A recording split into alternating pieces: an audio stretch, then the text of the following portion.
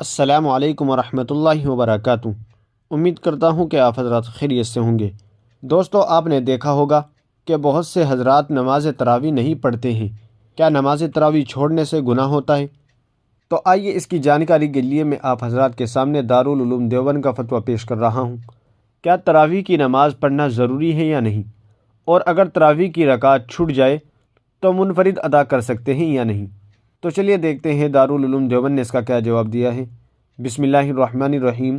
तरावी की नमाज सुन्नत मुअक्कदा है, बिला उज़्र तर्क करना गुनाह है।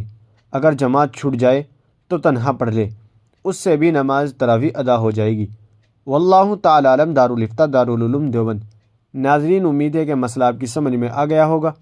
वीडियो को ज़्यादा से ज़्यादा शेयर कर दीजिएगा और हमारे चैनल को सब्सक्राइब करना ना भूलिएगा। तो चलिए फिर मिलते हैं किसी दूसरी वीडियो में। अस्सलामु अलैकुम वरहमतुल्लाहि वबरकातुहू।